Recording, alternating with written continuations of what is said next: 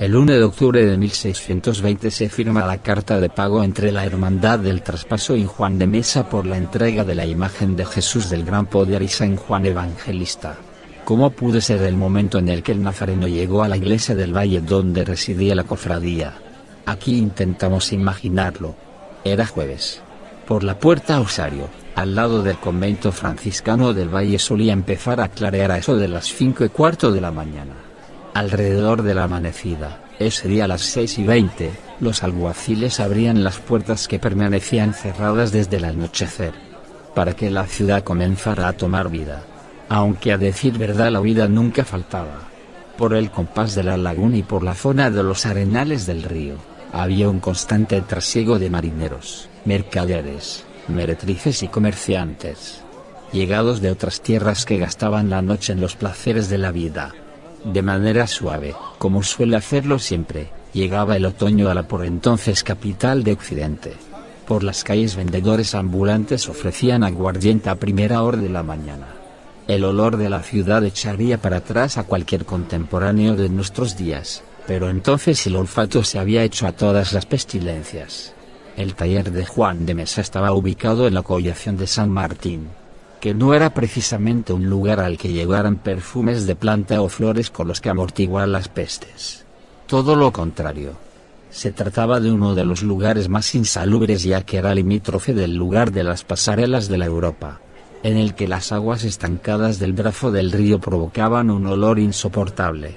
Allí, debajo de su taller, citó el escultor Juan de Mesa y Velasco al dueño del carro de mulas que le hacía los portes por Sevilla y por otras villas del reino.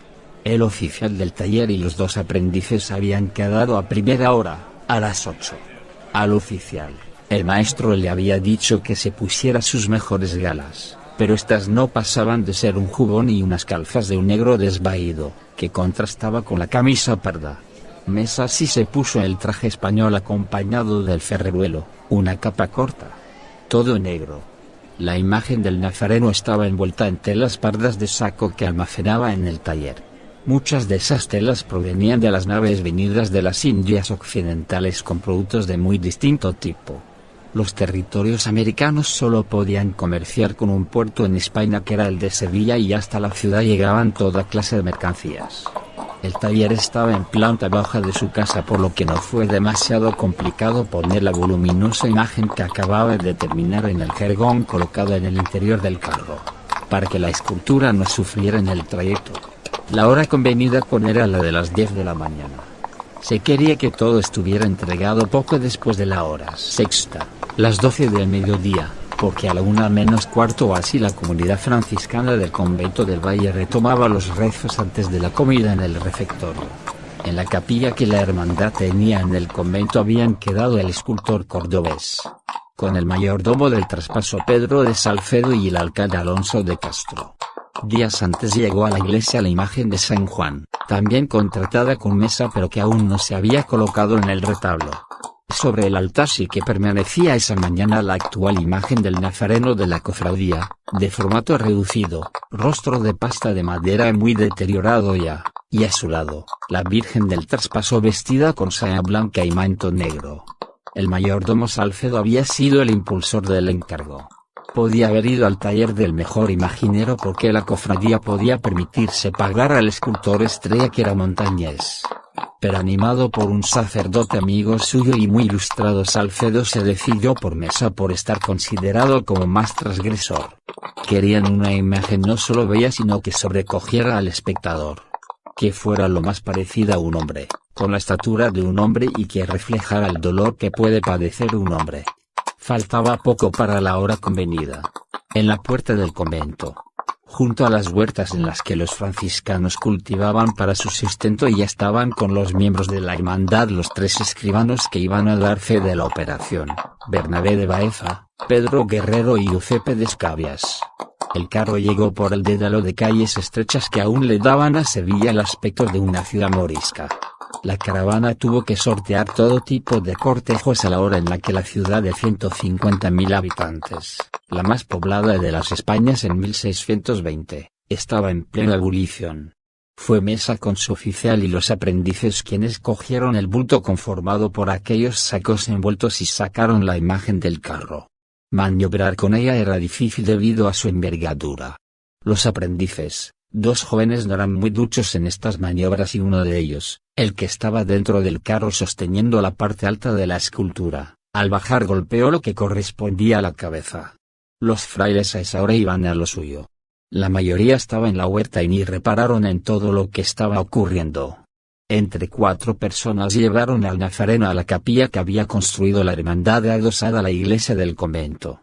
2 sujetaban la peana y los otros 2 la zona de los hombros y la cabeza. Con un sonido que retumbó en toda la iglesia, la escultura quedó depositada en el suelo. Los oficiales del traspaso ya la conocían pero estaban deseosos de que se le retirara el envoltorio de sacos para ver la obra totalmente terminada. Debajo de los sacos, el imaginero había realizado un primer envoltorio con lienzos de color tostado. Poco a poco, fue surgiendo de aquel bulto una imagen de aspecto humano. Tan humano que parecía un hombre. Al menos eso fue lo que dijo en voz alta uno de los escribanos. Primero fue la cabeza. Grande, rotunda, de color trigueño rodeada de una corona de espinas verde que parecía una serpiente enroscada y viva. Después los hombros, el torso, la cintura y unas piernas tremendamente grandes. Alguno pensó que exageradamente grandes. Pero ese era el misterio. Cuando al nazareno le cubrieran al día siguiente con la túnica grana de guardia bordada de bodoques que le habían cosido según el patrón tomado, aquel desproporcionado fémur sería la clave de su extraordinario realismo. Delante de la imagen, en las tablillas de los escribanos se firmó la carta de pago. El trabajo había terminado. Satisfechos de haber vivido aquel momento, los miembros de la hermandad, los notarios, el escultor y el oficial se marcharon hacia la collación de Santa Catalina. Para celebrar el momento entrarían en una taberna a tomar aquel horrible vino aguado de la época junto con unas migas de ajo y algún pescado en salazón. En aquella taberna, que no era de las baratas y a la que llamaban el Rincón, ponían algo rojo traído de las Indias que denominaban tomate. Juan de Mesa, en aquel improvisado almuerzo estaba meditabundo y como siempre callado. No era hombre de muchas palabras. En el gremio estaba considerado como un hombre raro que apenas se relacionaba con sus iguales. Estaba en un pensamiento permanente desde que salió del convento. Al recoger los sacos y los lienzos, Mesa reparó en que una de las espinas de la corona se había roto, quizá por el golpe que le dio el aprendiz en el carro. No dijo nada. La metió en el bolsillo de sus calzas y se la llevó de nuevo. Por la noche entendió el significado de todo. Si él iba asiduamente a la iglesia de San Martín a rezarle a la reliquia de la verdadera espina de nuestro Señor, ahora aquel nazareno de rostro humano y zancada poderosa le había hecho el mejor de los regalos que pudiera imaginar el artista, una de sus espinas. Eran las 6 de la tarde. Estaba anocheciendo en Sevilla aquel 1 de octubre de 1620. Escuchen ahora con atención la transcripción de la carta de pago. No tiene desperdicio. Sepan cuantos esta carta vieren como yo, Juan de Mesa, escultor, vecino de esta ciudad de Sevilla, en la collación de San Martín, otorgo y conozco que he recibido y recibida la cofradía de Nuestra Señora del Traspaso, que está cita en el monasterio y convento de Nuestra Señora del Valle y de Pedro de Salcedo, mayordomo de la dicha cofradía por mano de Alonso de Castro, alcalde de la dicha cofradía, 2000 reales de a 34 maravedís cada uno, que yo he de ver por la hechura de un Cristo con la cruz a cuestas y de un San Juan Evangelista, que hice de madera de cedro y pino de segura, de estatura el dicho Cristo de 10 cuartas y media poco más de alto, y el San Juan, de 2 varas y sesma, para la dicha cofradía del Traspaso, este presente año de 1620. Los cuales dichos 2000 reales, he recibido del dicho Alonso de Castro, en nombre de la dicha cofradía y de su mayordomo en diferentes veces y partidas de que me doy por contento y pagado a toda mi voluntad, sobre que renuncio la pecunia y prueba de la paga. De Dios le doy esta carta de pago, que es fecha en Sevilla primero día del mes de octubre de 1620 años. Y el otorgante que yo el escribano público doy fe que conozco lo firmó de su nombre, siendo testigos Giuseppe de Escabias y Pedro Guerrero, escribanos de Sevilla. Juan de Mesa, firma y rúbrica, Bernabé de Baeza, escribano público de Sevilla, firma y rúbrica, Pedro Guerrero, escribano de Sevilla, firma y rúbrica, Giuseppe de Scabias, escribano de Sevilla, firma y rúbrica,